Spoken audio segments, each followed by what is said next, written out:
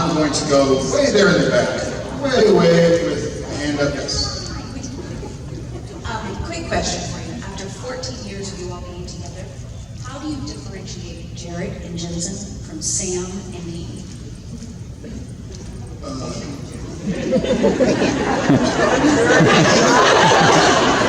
One wears beanies and one doesn't.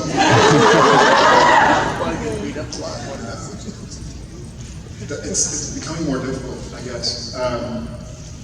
Jared, as far as I know, has never been Lucifer. He's got a lot of things. We spend a lot of time being both characters. I think Jared has learned to become more selfish than Sam in a good way. You know, I'll fight for myself as well. Sam doesn't always do. That's what comes to mind. Sam does his hair, Jared does not. Sam does not. Sam does not do his hair. Sam has a team of people that does his hair. Sam showers.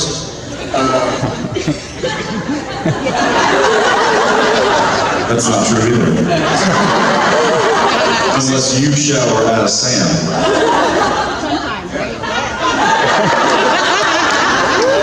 Things just got bad.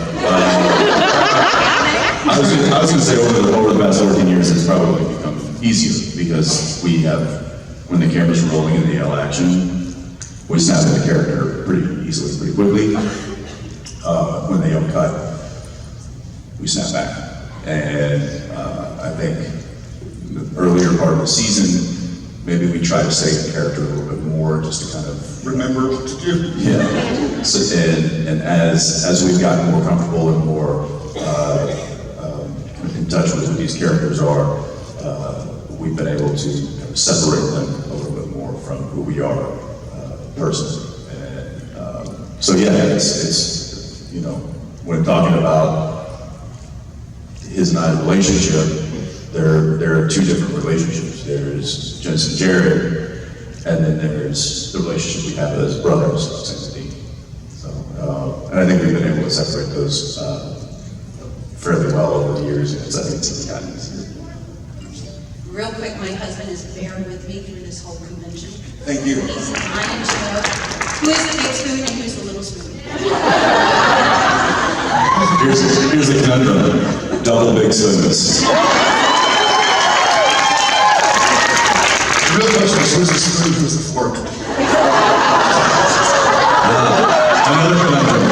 Double forks.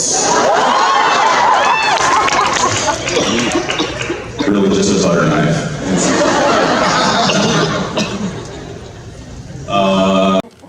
Okay, let's go over here with the first blade, yeah.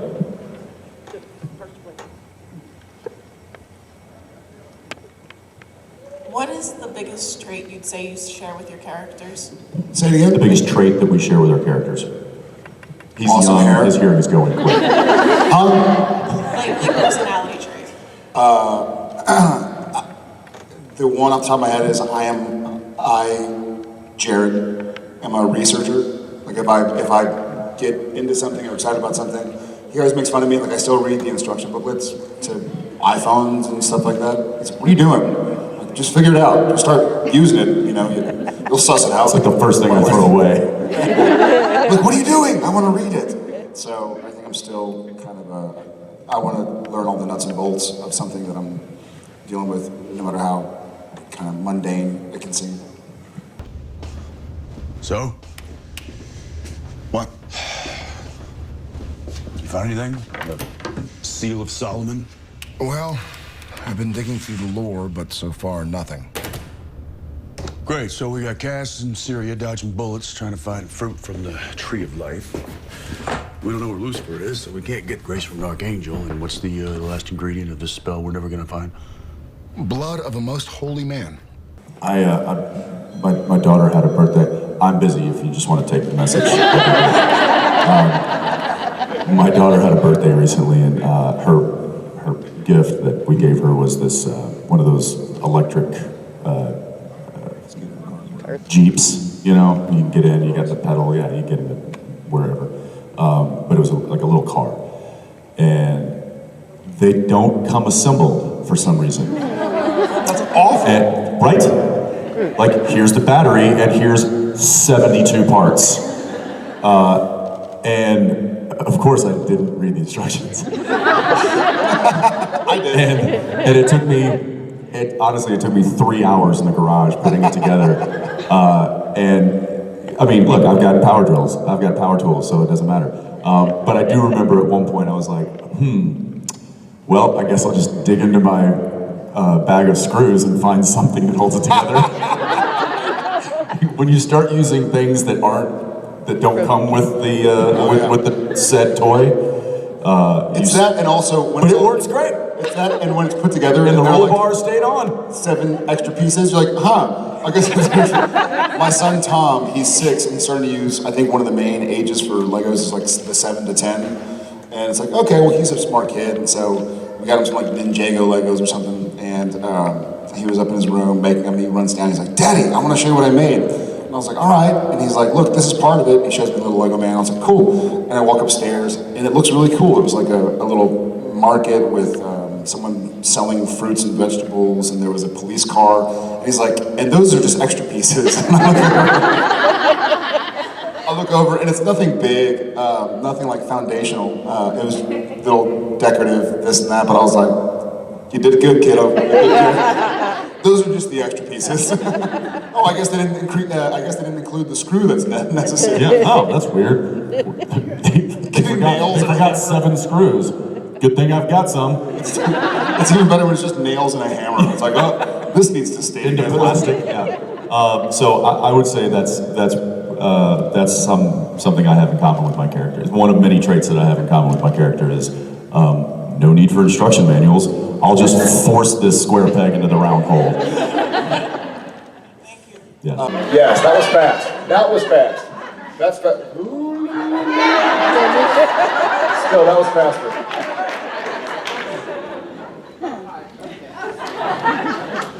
Just for those who can't see, there is a camera on a tripod and a camera around the neck. Don't hate. I'm not hating. I'm in awe. I am. I'm multitasking. First of all, thank y'all for coming. Thank you. And just FYI, there's a South Carolina.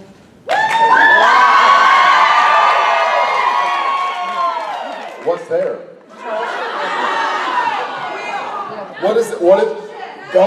Do not help him. Forgive me. What is the capital of South Carolina? Columbia. I said don't help him! I'm gonna go with Columbia. You're amazing. Nailed it. Is it Columbia? It is Columbia. It is. But Charleston is more lovely. Yes. Charleston. I'm from Charleston. All right. Well, thanks for coming up north. The Great White North. That's Canada. That's Alaska. Well, I'm Jessica, and Jared, Jensen, JQ. Good to see you again. yes. So my question is actually for both of you, but first, Jared, I want to personally thank you for how you portrayed Sam's relationship with Lucifer, because it always bothered me that they didn't do as good of a job as I thought they could have of addressing that. But your performance did, so thank you so much for carrying that family. Thank you. So, my question is for both of you. One of the benefits of playing a character for so long is that you get to have lasting growth in your character. So what would you say is the lasting growth that you have seen in each of your characters? Great question, Jessica. I will say something. Great question. So, what I'll say moreover. That's a great question. More than the lasting growth, I can, as Sam Winchester, I can show you 2 episodes that are almost polar opposites. You know, where Sam is behaving in such a way in this episode, and literally almost the exact opposite in the next episode, not the following, but a different episode. And so, who Jared tries to be, I can look back at things that have happened in my past or whatever, and go like, I can beat myself up, or go, you know what, sometimes we behave out of character, and take it for what it is, and move forward, and learn from what you've done, you know, like almost not beat yourself up for having, yelled at somebody on the road. We're listening to a comedian who was like, if you say things to somebody in an elevator that you say on the road, like, you should die! Like it wouldn't really go. Not that I say that. Long story short, I've learned from Jared, as far as lasting growth, that's maybe Sam has learned the same thing. Maybe this is my way of kind of figuring out that Sam's learned the same thing, to forgive himself. And that mistakes happen, and as long as you're trying to do the best you can, then you should probably try as hard to forgive yourself. Because Sam has certainly done some things, Amelia, that made Jared sad, but I understood Sam was in a certain place, he was grieving, and it was part of his growth. So I think probably learning to forgive myself, Sam self. Sim self. Charlatan.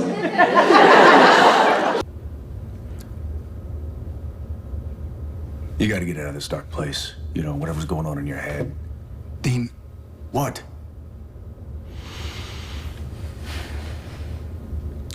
you know what, honestly, Yeah, how about honestly? I know what Rowena is dealing with. But she's not the only one who feels helpless. I think there's a lot of examples of growth throughout 13 seasons for both characters, for all 14 characters. We haven't finished 14 yet. We're in it though. Yeah, but we haven't finished it yet. We're in it though. Agree to disagree. I would say for Dean, it would be motivation. His growth in finding a reason to fight. Early on, there was the motivation of finding Dad. Then once he lost his father, he kind of threw in the towel of wanting to continue this legacy. And it was the exact motivation he was using to recruit his brother to come along with him on this journey.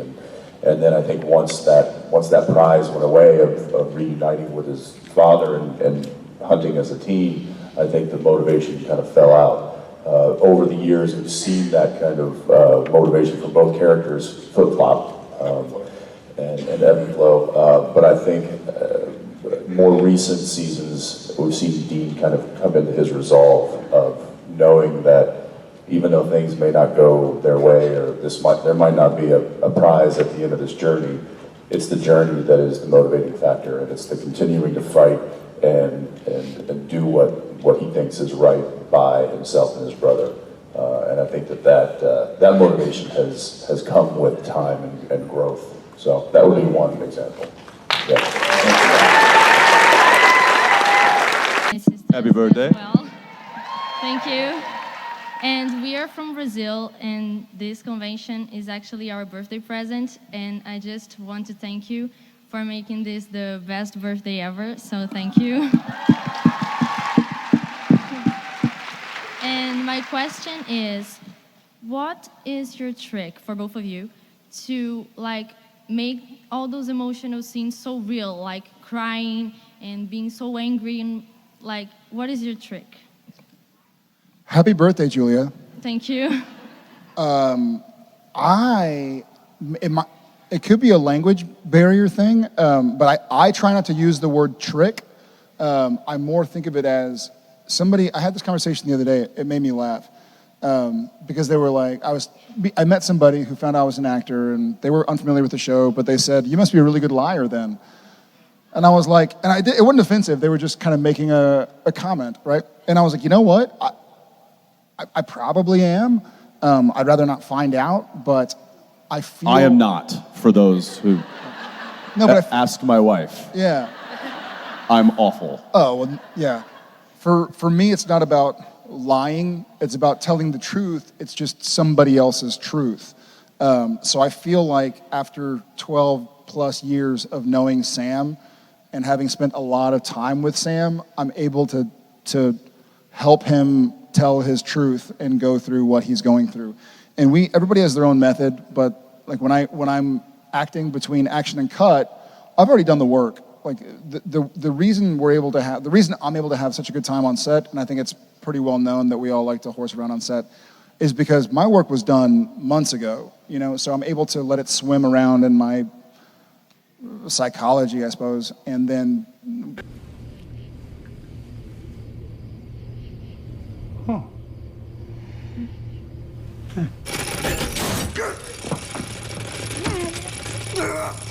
when they call action, able to break into what I'm doing. And I feel like I know Sam pretty well.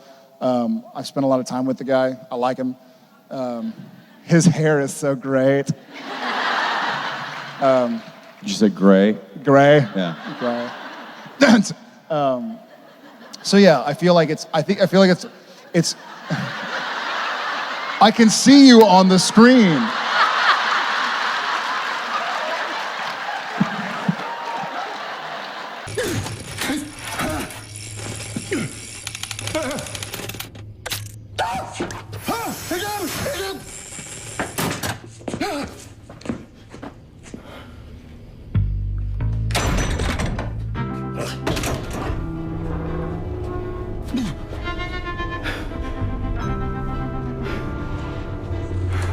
You gonna live?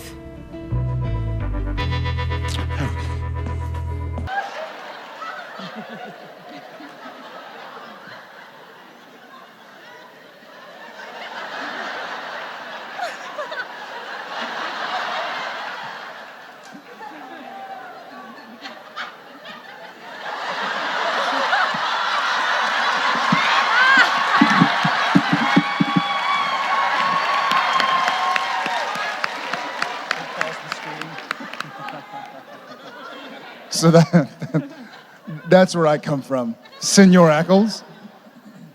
I like to use tricks. Call them tricks of the trade. Pinch really. myself when I have to cry. Yeah. It's you know, I'll step on my toe if I've got to get really upset about something. I'll just pinch my side if I've got to. Not pinch and roll, just pinch. You know who does that? Crazy people. No, I in all seriousness, I mean, like he said, I'll touch on what he said about being on this. We've known these characters for so long. We've been on this journey with these characters for so long. Maybe in the earlier seasons, or even like the earlier episodes of the series, maybe we had to dive into something personal to get an emotion to use for our character. We don't have to do that anymore. Because we've lived with these characters for so long, we're so close to this story, and we're so close to the emotions of what this character. When I watch mine or his performance on the TV, and it's an emotional scene, I get emotional because two reasons. One, I remember how I was feeling in that moment, and it touches because you don't forget that when you get emotional about something, your body reacts as though it's real. Your brain knows that it's make believe, but your body is reacting as though it's real. How I feel. This inside me. I wish I couldn't feel anything, Sammy. I wish I couldn't feel a damn thing. So that kind of leaves a little mark on yourself. So when you see it again for the first time, it kind of touches that again. Also, I love this character. I love these characters. I love this story. I love this relationship between all of these characters. And so if they're going through something, I feel that. And that's kind of what we do, is we just allow the story and allow the emotion of the character to kind of do its thing. And he has a little different kind of prep method than I do. He reads and over and over and over, and kind of gets it all down pat before he shows up. I'm more of I just kind of read it the night before, so that I the instincts and my immediate thoughts about what I'm reading are fresh, and then I just immediately use that. So it has a very similar end result, but it's a very different preparation, and I can appreciate them both. Ironically, it's very similar to our characters. I feel like Sam researches and goes intellectual about it and thinks it over, and Dean is more like, instinctual, off the cuff. So it's the kind of the yin and the yang, and why they make a good team. Thanks, Julia. Happy birthday. Thank you. Thank you. Awesome. That's awesome.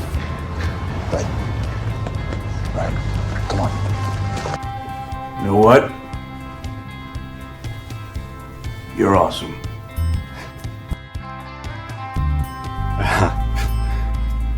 Thanks. You too, I guess.